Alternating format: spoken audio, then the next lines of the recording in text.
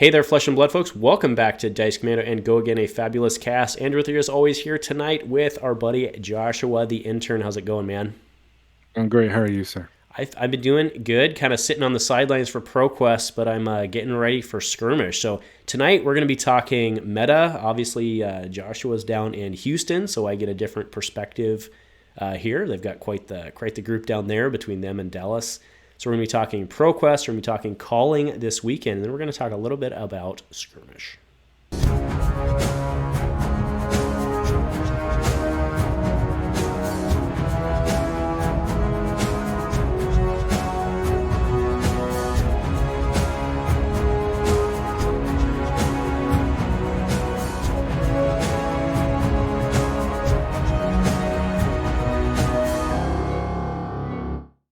A huge shout out to our channel members for supporting what we do here. If you want to get involved with the channel and the Dice Commando community, please consider joining as a channel member.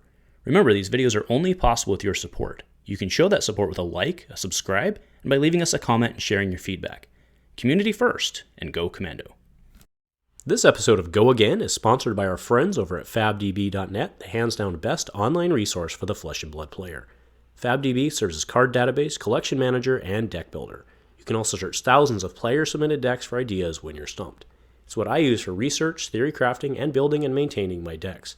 Port those decks over into TTS or Felt Table, or generate deck lists for tournaments. Consider upgrading your account to unlock tons of additional features, including gallery mode and exclusive card backs. If you haven't already, check out FabDB and make it a staple of your Flesh and Blood experience.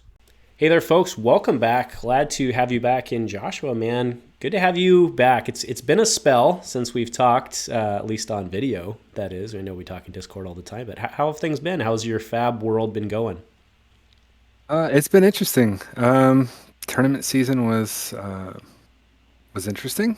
I had some good experiences. I had a lot of not so fun experiences, but I just love this game, man. It just continues to be something new and interesting to learn, and I just want to be so good, and I feel like I'm just not yet.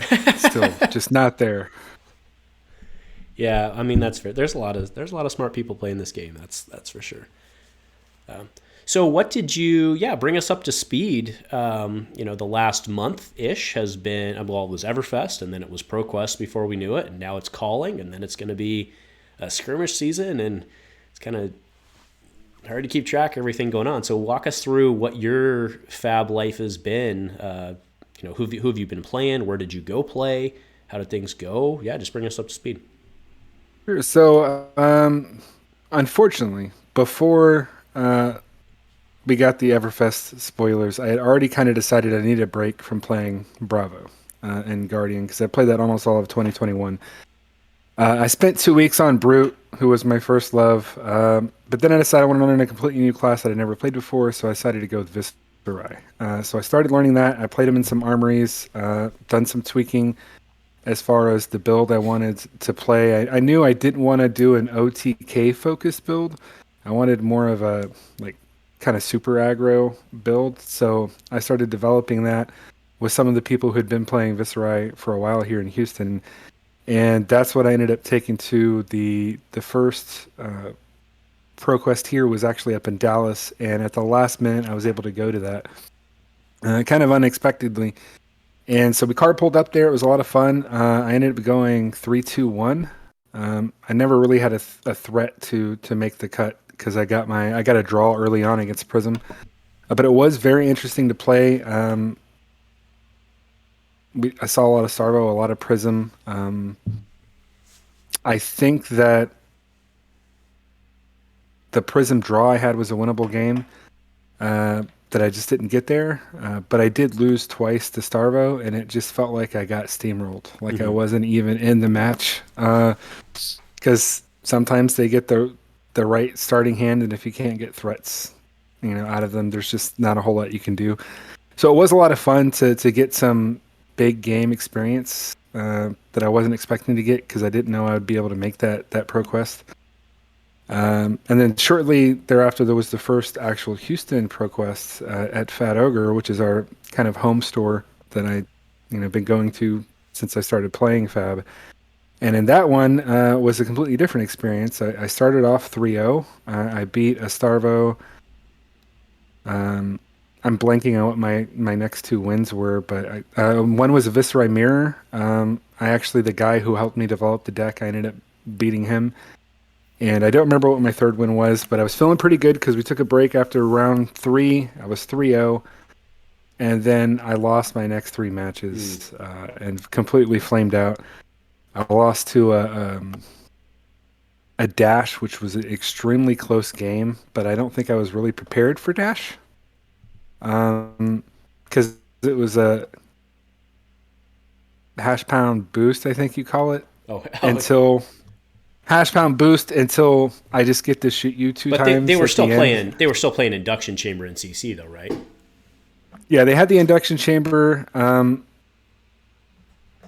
it was a very interesting match. And I'd like to play more against that matchup because it was a lot of fun. They have some new tools that I wasn't expecting. They have that new dispersion shield or dissipation shield. Yeah, that's good against Viserai. Yeah, man. It's good against Viserai, but there's ways to.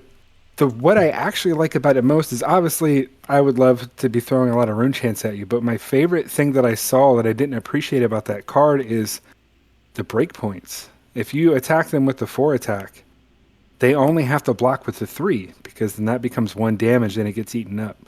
So on those times late in the game where you're expecting to get a card out, if the breakpoint is a 1 point breakpoint, they only have to block with 1 card, and then that shield will also prevent the 1 damage that they would take at that point. Oh, you know what? We said it wrong. It's not the Dissipation Shield. That's an older one. Let me pull it up. I'm just thinking of it right now. Dissipation Shield, I think, is actually from Arcane Rising. It is. We're giving people the wrong info, and we're going to get lit up by the intrawebs. It is Dissipation Orb or something like that. Why am I got Dissolution. Dissolution. That's it. The Dissolution Sphere. So Dissolution Sphere enters the arena with a steam counter at the beginning of your action phase. Destroy it. Whenever your hero would be dealt exactly 1 damage, prevent it, right? So what you're saying is if you block the 4 with the 3, it still handles that 1, correct? Right. And that's where some of those cards like Consuming Volition and the new card, I think Reek, I can't remember the full name of the card, those have a 4-point attack that has an on-hit trigger that would discard a card. That doesn't happen now, and you only got 1 card out of their hand. So I thought that was very cool. And then ultimately I lost to a Starvo who just steamrolled me and lost all hope of me making the cut. A lot of other people traveled to other Discords. I want to say the one in Dallas, the one I went to originally, was won by Prism, if I recall correctly. The one at Fat Ogre was won by also Prism. There was a lot of Starvos. There was a lot of people traveled to Austin. I didn't make it to Austin. I'm not even sure what happened in that one. I know I had a couple friends who were on Prism and Starvo make the cut, but then didn't make it to the finals. Actually, my buddy on Prism made it to the finals, but lost, I believe, to a Starvo. And then the last skirmish in Houston last week was actually really interesting. I didn't make it, but I had a lot of friends who were in it. This is ProQuest in Houston, right? ProQuest, yeah. ProQuest, the last ProQuest in the Houston area. The top 4 was Kano. Interesting. Yeah, Kano, Prism. I want to say another Prism, and I think a Viserai. And what I thought was really weird is Starvo didn't even make the cut. And apparently there weren't as many Starvos. So it made me wonder if people are either kind of over that. And maybe it's just because there were so many local or travelable ProQuest in the greater Texas area even that this was the last one, and maybe they just wanted to try something different before the callings started and actual going into Pro Tour. So it makes me wonder if maybe the mood on Starvo has changed a little bit. I don't know if it was more of okay, I've played Starvo a couple times, let's do something different, or if people are actually kind of over it or don't feel it's as consistent as it needs to be to actually win super competitive games. Yeah, that's interesting. I mean, we've seen the data roll ups over the month, right, over the 4-week period, and obviously, you know, the piece of the pie of Starvo. I think there was that one article that was joking about Starvo more pie, right? His piece of the pie got smaller, but not enough to like. It's been a very interesting meta in terms of the breakdown, right? I mean, I'm not big on, looking at conversion rates because it kind of gets thrown off when a meta is really imbalanced. But conversion rates work really well in a meta like this, where it's very relatively flat or relatively even, right, on a group, right? So looking at the conversion rates of Starvo, his conversion rates were mathematically less than many of the other heroes, which, if he was in 50 or 54% or whatever it was, like a Chane, I wouldn't necessarily take much stake in that. But when everybody was relatively 30 to 40% near the end and his conversion rate was lower, that is something to take notice of. And probably that's what people are noticing. And I think one of the things that makes me wonder if it's people who had been playing in those previous ProQuests realized that if you have one or two really good Prism players, you might make the cut, but Prism is more likely to beat Starvo than Starvo is to beat Prism. Because even though he's got the new tools with the Go Again, it's not consistent enough, I think, to beat a really good Prism player who can get a really good game state out and just punish you with their cards, with their auras and such. So I'm wondering if maybe that's some of the reason why people were pulling away from Starvo, at least locally. I don't know if that's translated, in the broader scene, but at least it seemed locally that really good Prisms were out there and people were backing off of Starvo. So I'm wondering if we'll see that in the calling this weekend. I'm kind of curious what the numbers will be of, not only how many people show up with Starvo, but how many actually make the cut. And then how many people make it farther into the cut even, because I think Prism is good, and Prism's I would be afraid gross, of a really good Prism player. Yeah, well, that was the one thing that was frustrating, and I felt like with my build with Viserai that I had the best chance the most confidence I've ever felt going up against a Prism, and then I didn't see any in 6 rounds.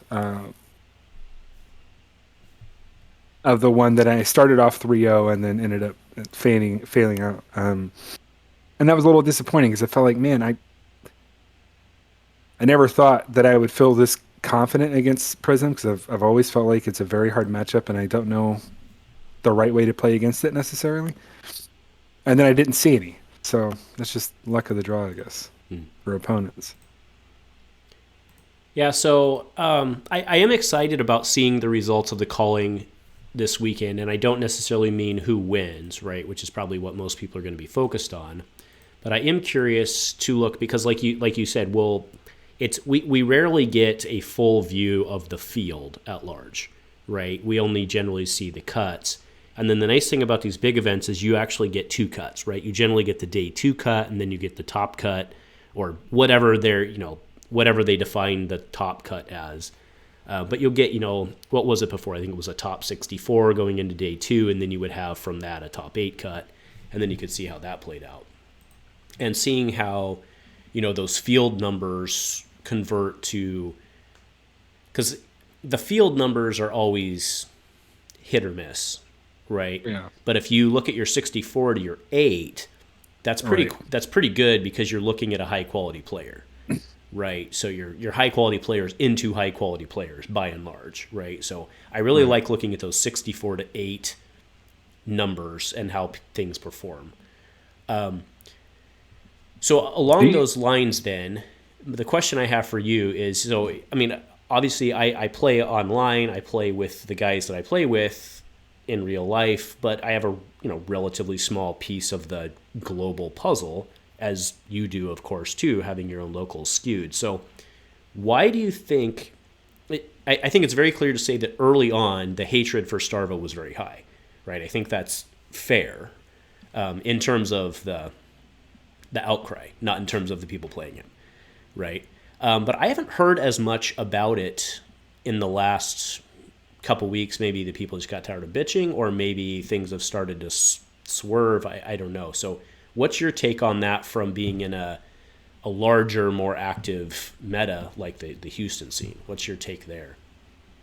Yeah, I definitely think that the perspective has changed a little bit. I think that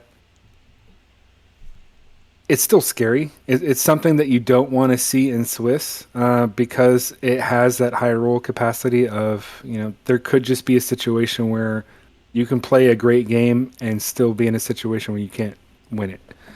So it kind of takes away almost that margin of error of maybe I could have done this or I could have done that. Sometimes it just removes all possibility for winning the game. And a lot of people almost view it, at least locally, the impression I get is people kind of view it as a meme deck. Like, yeah, it's strong and it can high roll, but I don't know if the really competitive players view it as a serious option for wanting to win a Pro Quest or a Pro Tour or a Calling. So I'm curious how more really competitive people from different metas, if they have that same impression that yes, it's good and it can be strong, but is it consistent enough that I'm going to bet my competitive life on it? And right now my feeling is that that's kind of tempered as far as, I don't know if the really competitive players who are really good at the game want to play that way and are willing to play that way, or think it's so OP that is the right answer to get them the win that they want. Mm-hmm. Yeah, well, I mean, I'd have to say it's probably not so OP. Otherwise, they would be playing it, right? Right. So, yeah, I don't know. It's kind of interesting. I mean, I personally I'm fine with. I haven't had to play him. I haven't had to play against him in person. I've played against him multiple times online. But yeah, I mean, sometimes he just goes off. But by and large, I kind of feel that we need him right now, because if we don't have him, I think it's just Prism everywhere, kinda. So, and then sure, there are other things out there that stop Prism, but not really. You know what I mean? So that's one thing. I have a pet theory, and I don't know if I have a way of really explaining it in a way that makes a lot of sense, but I think not only is Prism good, I think the people who are very competitive players like her playstyle for a reason.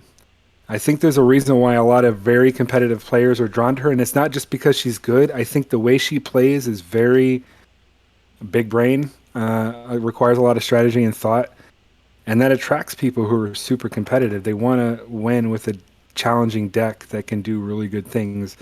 So I think that's one reason why we'll see Prism be either you are Prism or you're trying to beat Prism.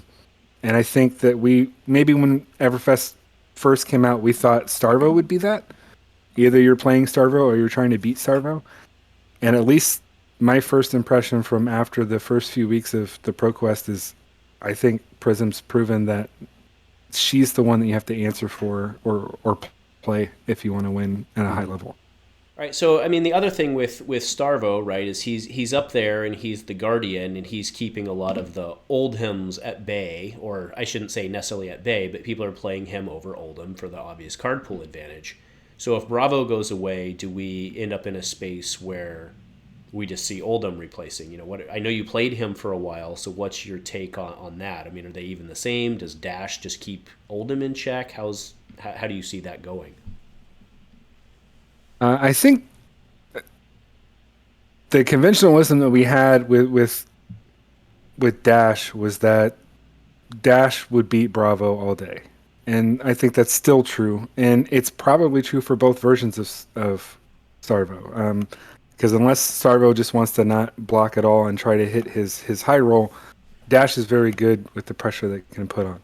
But Oldhim, that defense reaction, I think, is kind of undervalued. The ability to not only prevent two, which is probably the one that's used least often, but the ability to put a card on top of a deck and take an attack out of your hand is very good against super aggro decks. Dash is okay still because she can still use resources to load her gun and shoot if she doesn't have a card that she can play for an attack. But that's where Rampart comes in, and I think one of the things that really made Starvo and what we saw originally with Oldhim is the Crown of Seeds is so much value. When you can have something in Arsenal and then just turn it into, I'm going to prevent 1 damage, you're not going to mess with my Arsenal, and I'm going to have a 5-card hand now, which is going to dictate how I block and what I can do on my turn. I think it's just huge. Mm-hmm. And that's something that I think will still be... It could get to a point where Crown of Seeds actually becomes a problem with how good it is. I originally was kind of ambivalent towards some of the locals who were really like saying, I don't think people realize how strong this card is. Mm-hmm. And I was kind of like, I don't know if I really see it as being super strong. But the more I've seen it, and especially, I think Starvo laid out the template for what that card can do when it comes to cycling your hand and getting fuse cards in your hand to combo things off, that even if Starvo goes away, Oldhim, I think, will be using Crown of Seeds more aggressively than he probably was before. I think Crown of Seeds for Oldhim was more of a, if I can and if it makes sense, sure.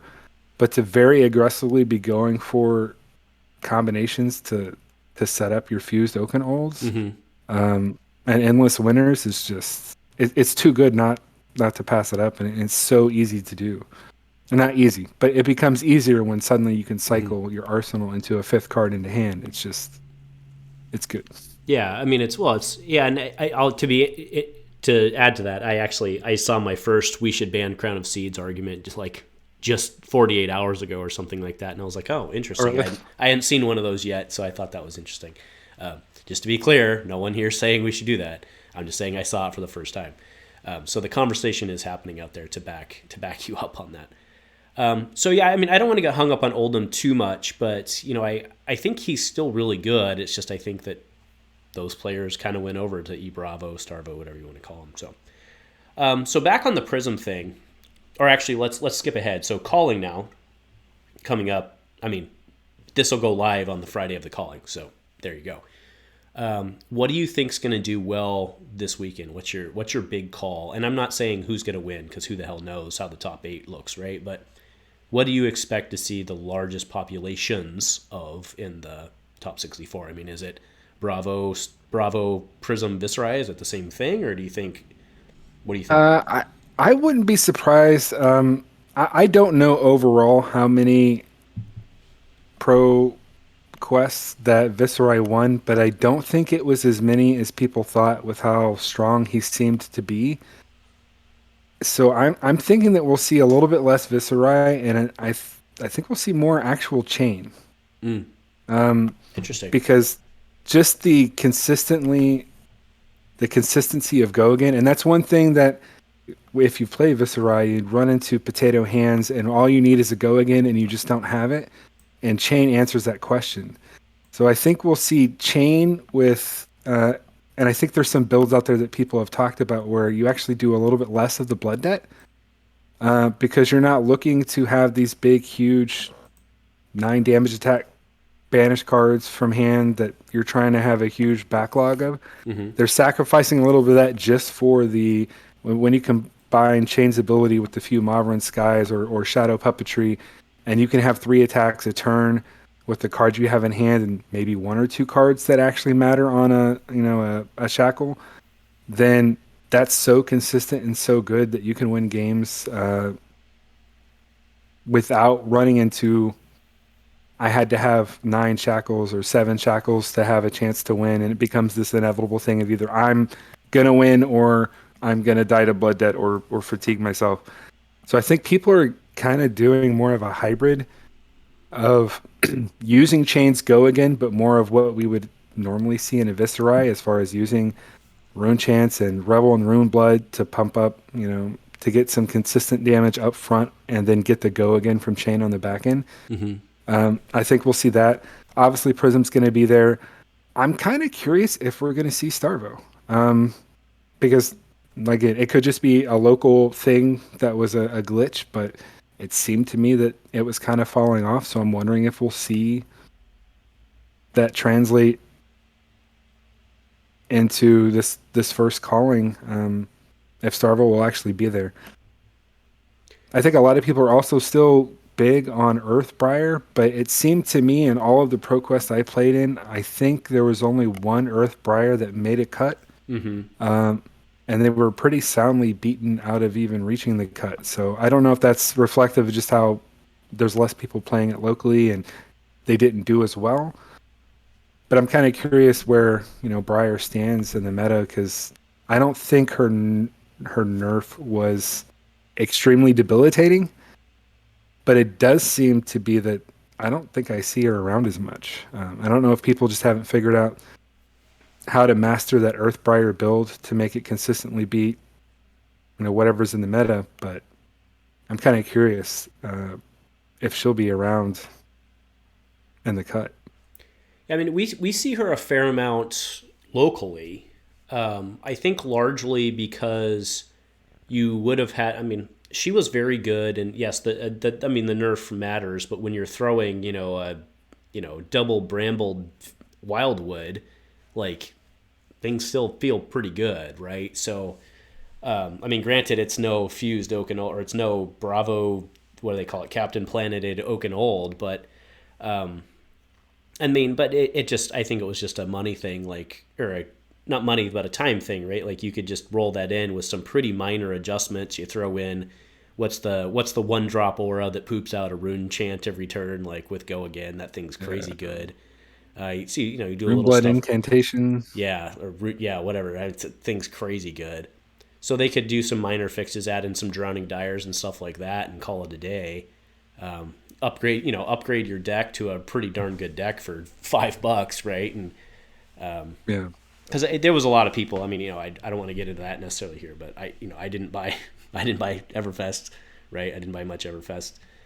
I just didn't want to get a whole bunch of potions and stuff. There's a lot of people kind of in the same boat there. So but you hooked me up. So What I'm here for. Yeah, that's right.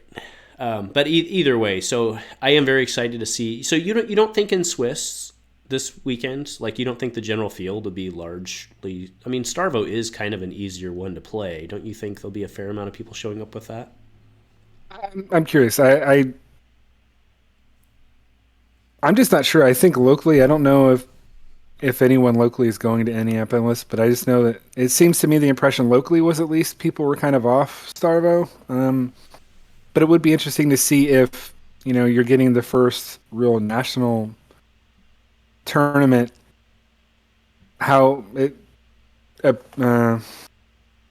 what it looks like when you have a big mix of people who are going to these events, what the meta will look like. Because he is good. I mean, you can't argue with. He can do a lot of really cool things. So, and it's the one thing that I liked about Bravo in general and Guardian is the hands tend to play themselves. It's not like looking at your Prism hand or even Viserai for that matter of how do I get the most value out of this mix of attacks and non-attacks that I have. Mm-hmm. So I think there is a certain amount of, I don't want to say easy mode, but it's more intuitive to play.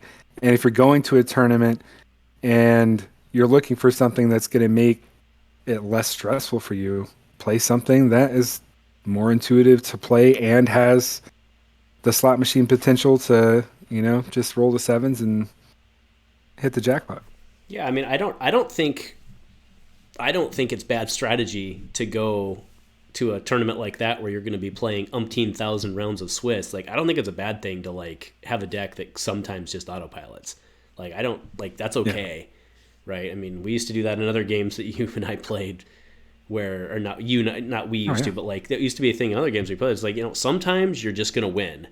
And it's okay to take a mental round off, right? So yeah, I think that's of value. And I think so my prediction to kind of the conversion rate discussion is I expect Prism to have a very high conversion rate, because I think she'll be not played as much, but I think she'll do very well in like the top 64, if that makes sense. Yeah. So, and I don't necessarily know where. I mean, Starvo could go either way, because I mean, part of the other thing is if the atmosphere, if the demographics, whatever, I'm not using the right word, but if the temperature on him has decreased to where you're a filthy scrub if you play him, then that's going to also make people not want to show up with him and, you know, get pooped on all day. So, I don't know. We'll see. But we'll see. Actually, that brings up another point of surprise in the cut would be I'm really interested to see how Dash does. Because we had some very good Dash players in the local metas that made some cuts and did some interesting things. And I think there was a Dash that even made the national, the cut in the nationals. And I think she's got so many cool tools. That's a class when I first got into the game, I thought Dash was going to be one of the classes I would play. I knew I was going to play Brute, and I thought from Arcane Rising I'd play Dash. But for some reason, I've never actually built her or played her much. So it's kind of fascinating for me to see her kind of come back after her kind of disappearing for a long time in the meta.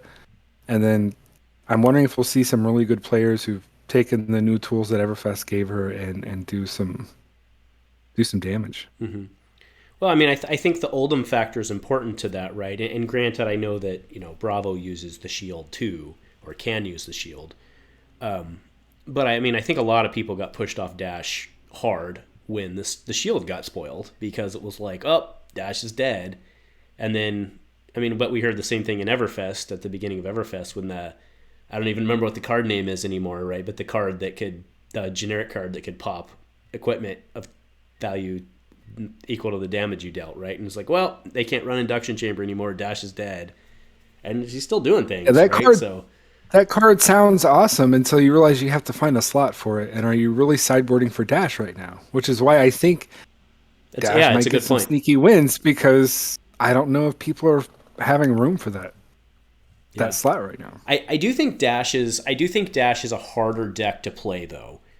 I mean, I've been playing Dash, so Dash is a harder deck to play, because you have to kind of spend a lot of time setting it up, right, and being very, very patient. And it's hard to not just be like, oh, especially now with T-Bone, right? Like sometimes you're just like, I drew a 0 to 62 T-Bones and a max velocity just because I did.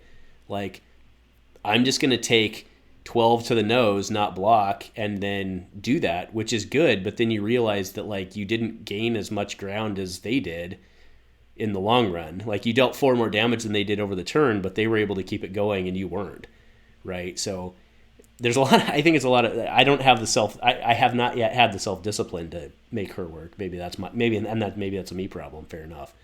But she's obviously been doing very good things, but I do think that's another one of those ones that rewards somebody who's been playing Dash for the last 2 years, probably, right? Right. So we'll see. Yeah, I'll say that one very close match that I had at the ProQuest against a very good Dash player, there was a couple things that surprised me. I always thought with Boost the risk was fatiguing yourself, and oddly enough, we had a very competitive game that was very close, and I don't think he got to the bottom third of his deck. And maybe it's because we were both going very fast, but that thought of, well, maybe if I get to a point where I have to block out, I'll just go for fatigue. Mm-hmm. That didn't happen, and that was kind of surprising to me. And that was with being very boost aggressive. And I had never seen people use the Teklo Foundry Heart as much as I see them using them now in the current Dash builds. Because it seems very weird to burn 2 cards in a resource to hope to get 2 resources. But somehow that math works with these really good Dash players, and it doesn't seem to be costing them in fatigue. So I don't know what. Obviously, they have the reps on it. And that's where I'm kind of excited to see. Like, I think it would be cool to have a dark horse hero who hasn't seen a whole lot of fame and glory, kind of maybe there'll be some new and interesting things that they can do. Obviously, I think they're very good against Guardian in general. And I think that their ability to go wide and big with their boost and then shoot an aura off a prism at the end with their gun is very good. So I don't know. My impression is a very good dash player. I think they have a good chance against Guardian, and I think they have some tools that keep them competitive with Prism.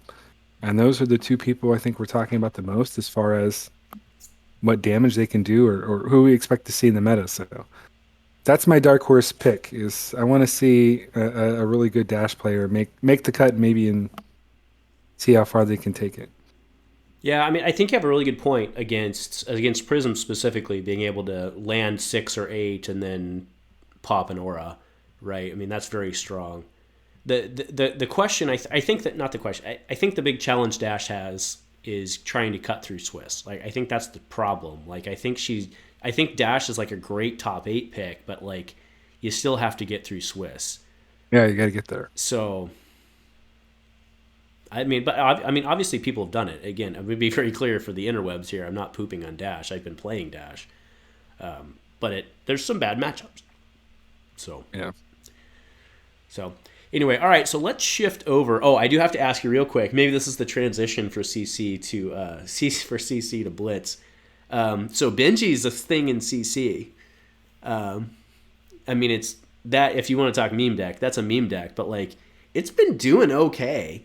So, like, the real question for you isn't whether it's CC competitive. That's not the question. The question is Benji freaking busted that he can compete with CC? I think it's one of those things where you don't expect it. So it can be very strong because I don't think we've seen, other than Benji, unfortunately, I haven't seen a lot of, I think I maybe seen one Katsu trying the new cards, so I don't even know necessarily all the lines and what to expect. But I think it becomes one of those, once you know how to block or what you should be blocking to get you out of their really explosive turns, then I don't think meme Benji will be a thing anymore. Obviously, he's still very good in Blitz, but I think some of that success was just from people not really knowing how to play against it, because it's not something you expect. It's not, people weren't expecting Katsu, so they definitely weren't expecting Benji. And then knowing that there's certain things you can't block out of hands and what you can and how to save your armor.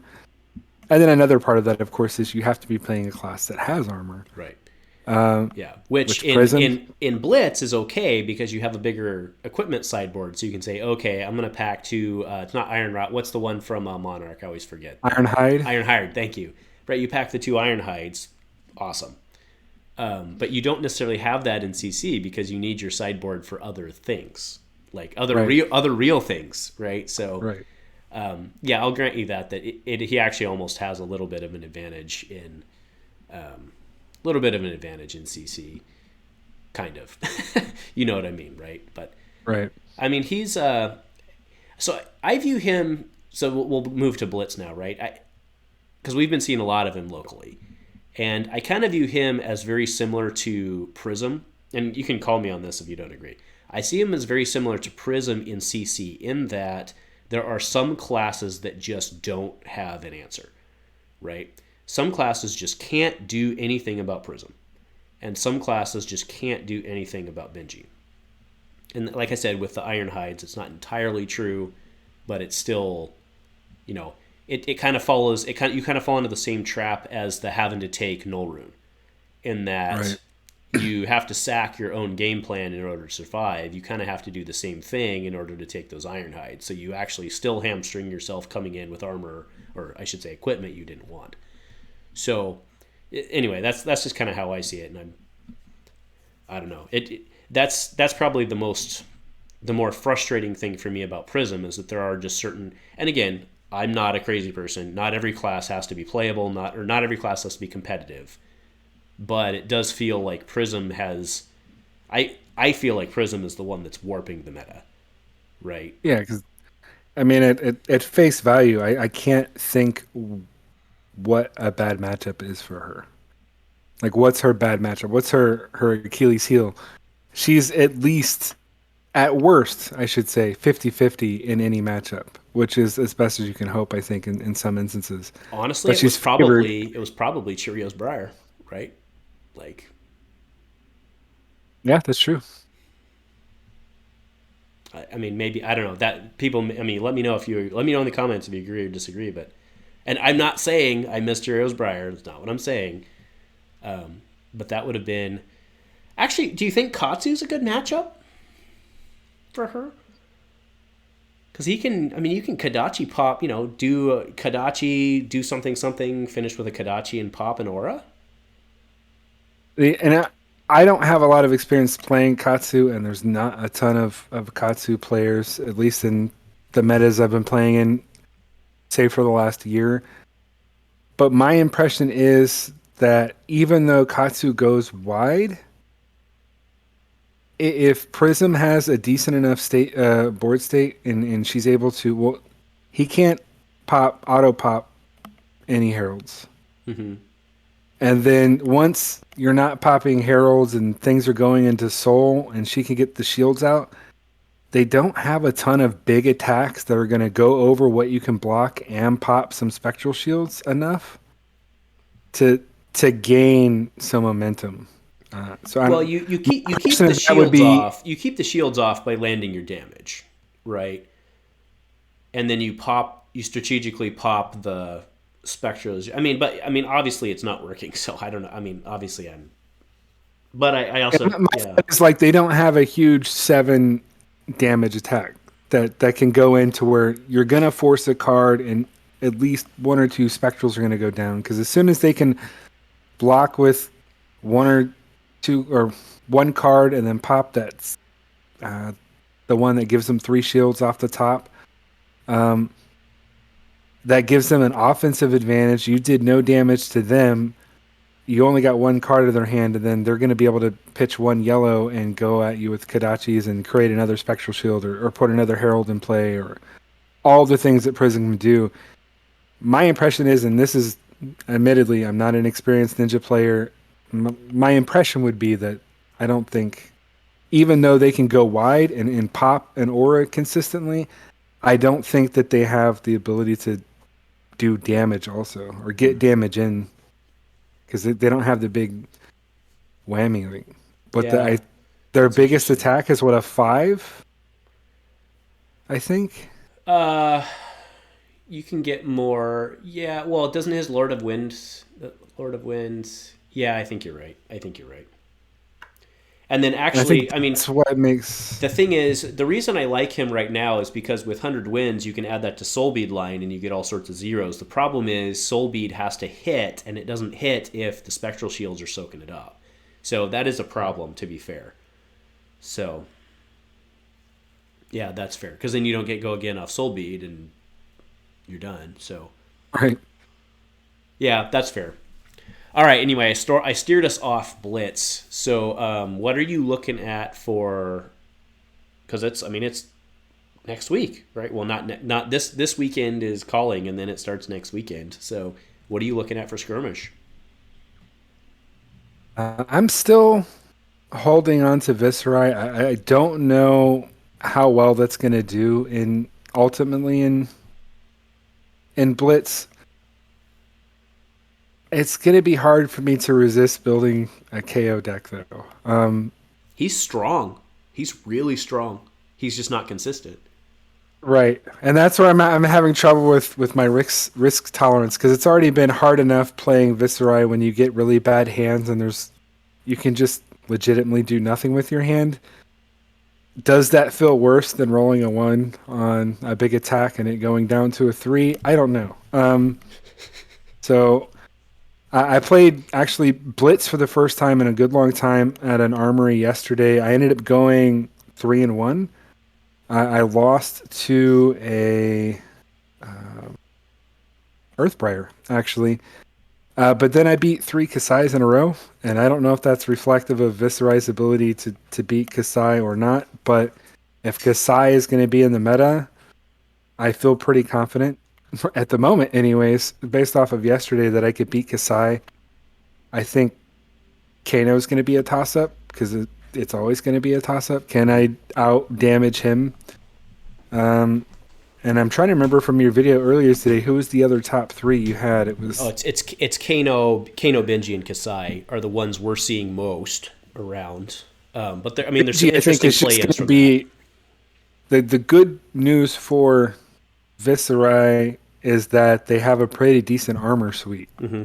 Not quite warrior level, but pretty darn good. No, but when you run up against Benji, you run the Skeleta and the grasp and the Arcanite skull cap and even the spellbound creepers will block for 1 when you need it to. So I'm interested in testing that matchup out to see, because I think ultimately it'll come down to who draws better. Because I think they both do a lot of damage and can go really. You're talking the Kassai matchup? I'm talking Viserai versus Benji. Oh, Benji? Oh, I think Viserai probably wins that, I think. I don't know. I would hope. You just have to be... don't have any reps against Benji. Well, it depends if you... So the thing is, right, Benji also runs Ancestral, and they run Razor, right? So that they can get over if you equipment block. So I think you have to run Sigil in your Viserai. And granted, it's Viserai, so maybe you run Reduce. But I think you have to run a D-React. I really like Sigil myself, but you obviously have way more reps than I do, so you'd have to make the call. The nice thing about Reduce is that if you do run up against an ice hero, then you don't. Viserai don't care, right? So, right. Yeah, but you have to have a D-React, or you have to just overblock like a champ whenever you see Spring Tidings. But then if they somehow eke it out, it's game. So, yeah. Because I've seen it happen before, where you're like, okay, I'm going to overblock, I'm going to count for Razor, and then they're like Ancestral. I've seen it happen, and it does because they get all sorts of crazy card draws. So, the plus side is they draw less cards because they've hit less time, or they've thrown less on the chain. But either way, it's kind of cool. So you've been tearing up Kassai. That's interesting. Yeah, and it was like I said, this is the first time I've played Blitz in a long time. I think that was probably true for a lot of the people playing last night. So I think we're all trying some things out, and so it wasn't a solved deck list, I don't think, for any of us. But the impression I got from playing against Kassai is you can beat her before she goes off if you weather that first sort of storm. Like, there was one game where Kassai did 18 damage on the first turn. I was able to block, and I had equipment, but it was just the right combination of... It was the combination of they had spoils with the Blade Runner, with the so on and so forth. I don't remember all of the cards, but it was the perfect storm of cards that made it possible for this really huge damage amount, or huge amount of damage dealt on one turn. That was damage presented, not damage dealt. Right. Right. Damage presented. Okay. So I think ultimately I took 8 of that, or took 9 of that. So it ate all of my equipment. But being able to weather that first burst, I think Viserai has the opportunity where if you have a good turn and you force cards out of their hand, then it can start to turn very quickly for Kassai.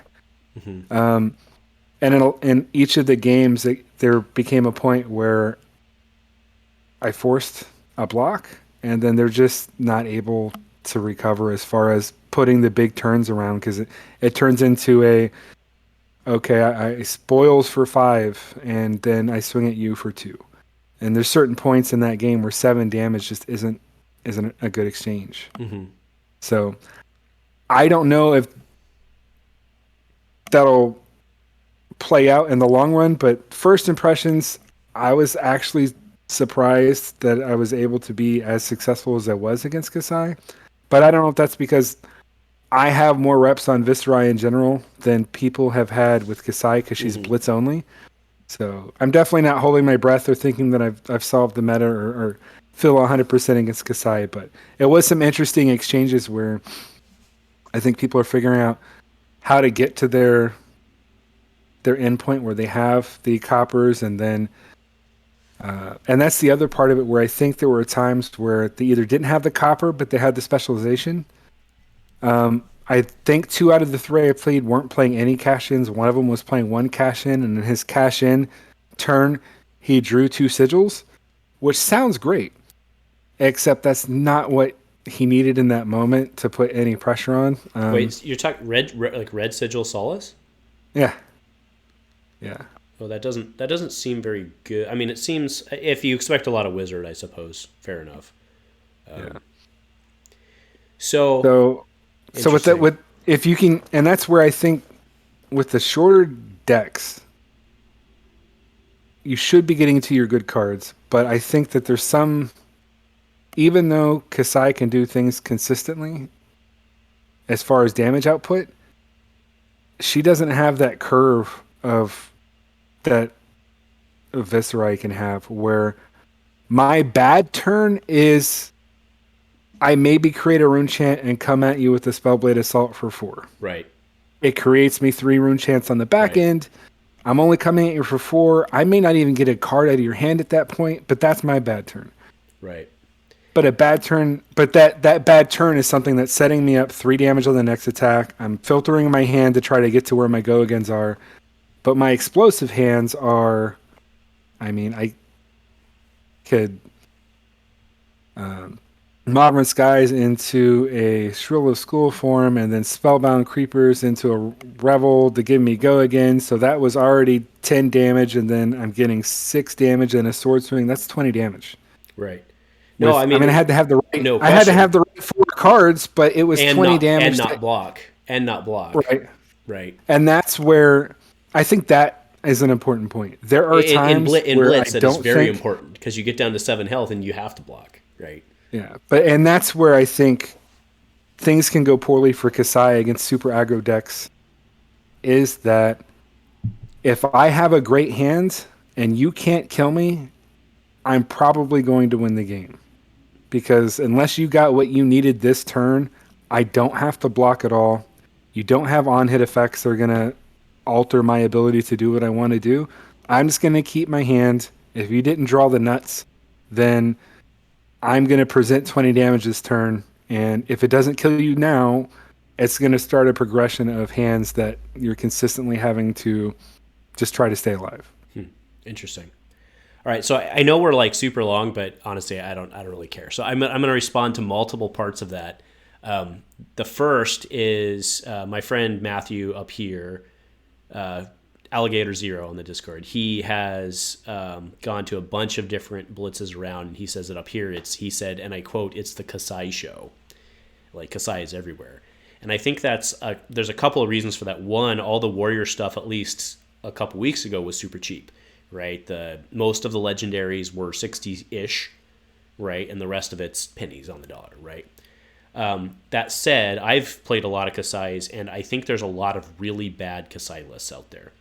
Because a lot of people swing for the fence, right? This is a combo game inherently, so a lot of people, I feel that a lot of people see the ceiling and go for the ceiling, right? So like there's High Striker, right? Which is the card that does nothing for you, but when it hits, it gets copper. And people are like, I need to play High Striker and Kassai so I can get copper.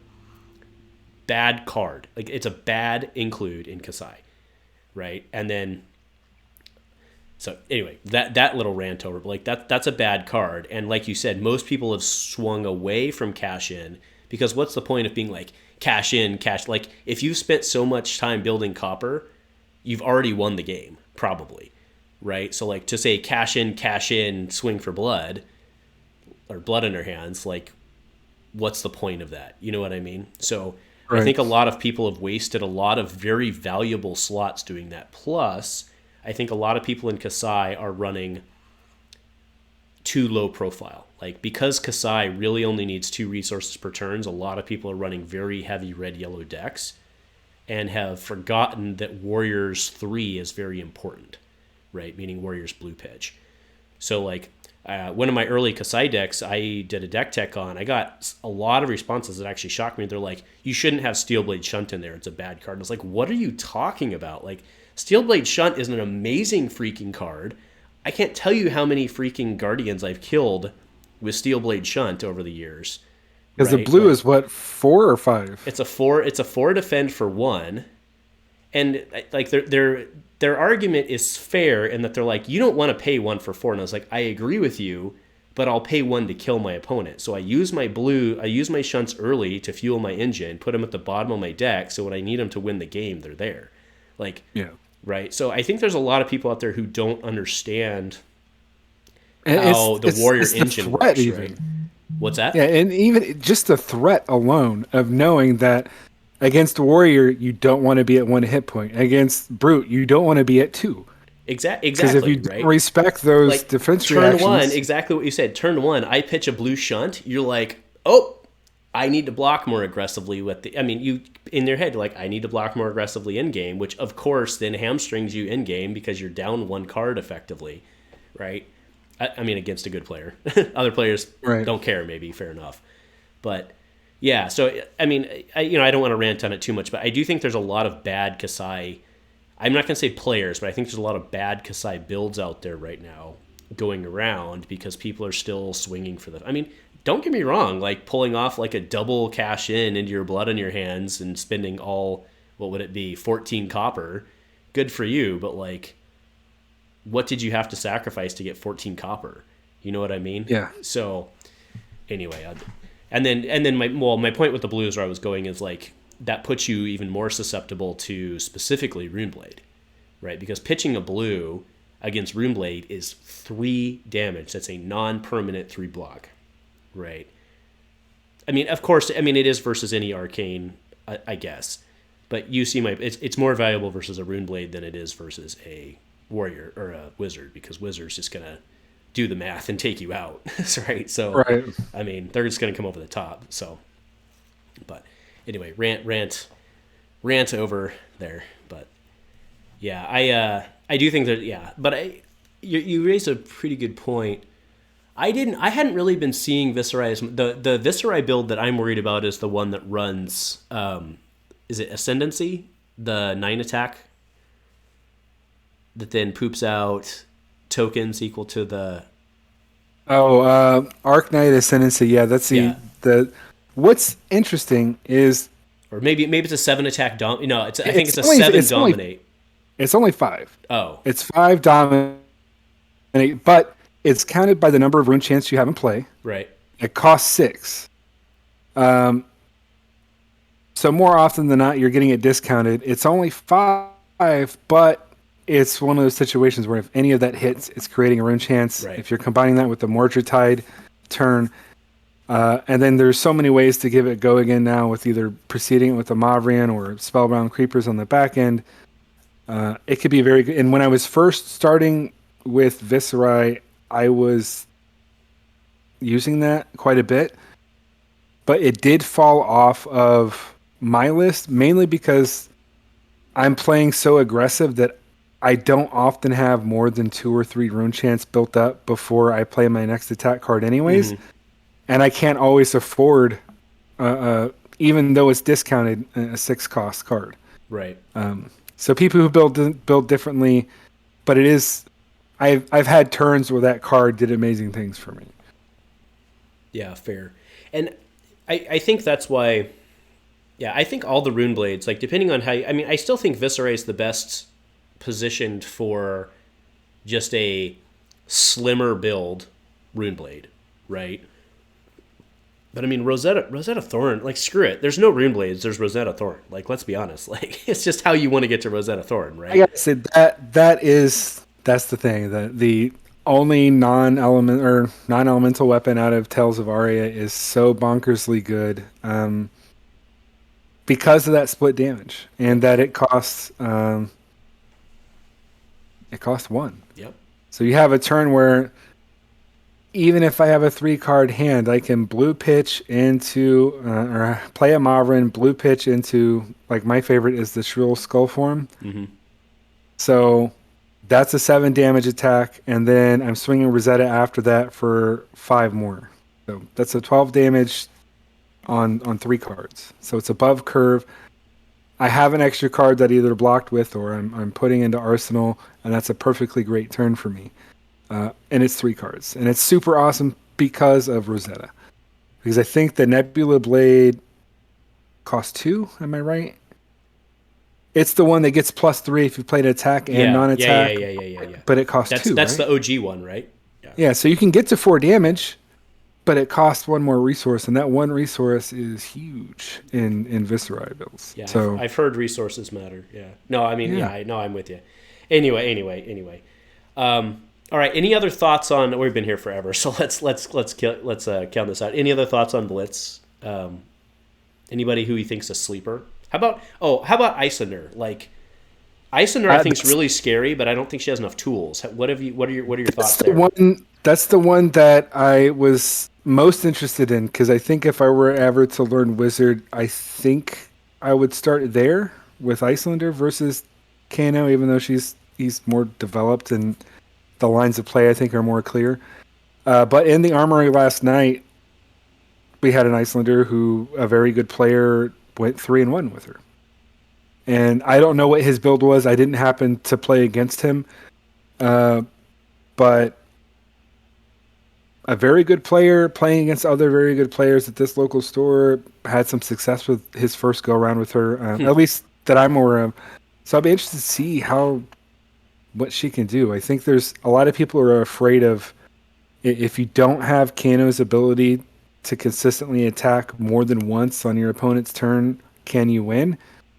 Because Isylander, I think she only gets to do it from Arsenal, right? So at most that's a once per turn thing. But whatever changes he made, there's definitely got some legs. So I'd be interested to see what that list and how it plays, and get some reps against it and maybe even with it to see. Wizard's going to do wizard things, even if it's not as many times as Kano is doing it, as far as doing things on your turn. Mm-hmm.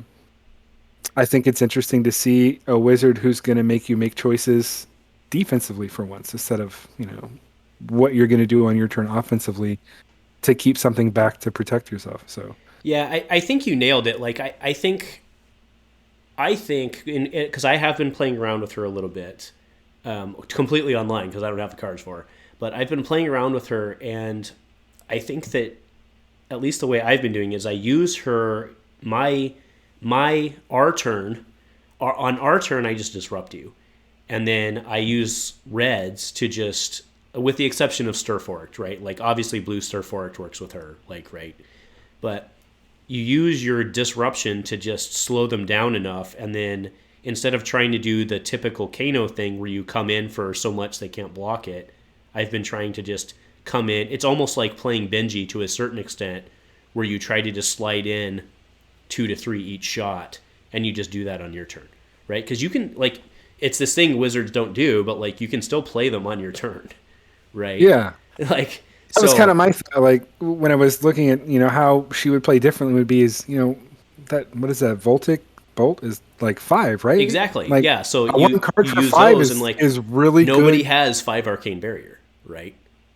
Yeah. Well, I mean, they do, I suppose, in certain cases they do, but you know what I mean. Like, by and large, you're going to be able to slide in the damage you need, and then you just use your blizzards and your channel lakes and all that, right? And you just make them not do what they want to do. I don't know. To be fair, I'm not a good wizard player at all. I'm not. Like, no one's claiming I am, but that's how I've been playing with her, is using her on not like literally our turn, not the figuratively our turn, right? Right. So we'll have to get some reps on that on online at some point, because I'd be interested to see how to play against it and how you're playing it. Yeah, I mean, I wasn't going to go out and buy a whole bunch of wizard cards just to lose with it, so I figured I'd do that virtually, and then because I have like 0 wizard cards, so I mean, not 0, but close to it. So anyway, I thought that was interesting. But all right, any other big calls before we get out of here? No, I think we covered it. We'll have to talk more frequently, so we don't necessarily have to talk as much as we do in one of these casts where we finally get to catch up. But That's right. It's such a pleasure to talk to you and talk about the game. That's right. Well, I do. I mean, hopefully, if you're still watching, you're a freaking saint at this point. But at least Joshua and I've been able to catch up. So at least we'll have one view, which is me. Yep. So awesome.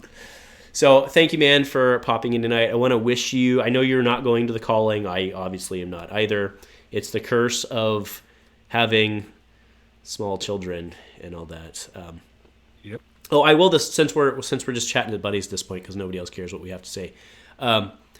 The other day, I was playing somebody and he's like, "Yeah, I've noticed you have no interest in doing competitive play," and I was like, "Well, that's not actually a true statement. The problem with competitive play is it's an entire day of your life, right? Like you have to do it." It's like I don't have that. Like I have a job, I have the channel, I have a kid, like I have a family, and like I'm especially during the winter. My wife, she goes skiing one day a weekend, and I watch the kid. And like if the local PQ is on that day, I don't go. You know what I mean? So it's like it's not that I don't have it. It's just like there's other things in this world aside from playing cardboard, which surprises some people, I do realize. But I also realize that we're an entire lifetime older than, or for some of the people that we're playing against, we are an entire one of their lifetime older than them. So that's also a fair consideration. So yeah, absolutely. So anyway, that'll do us, our two old men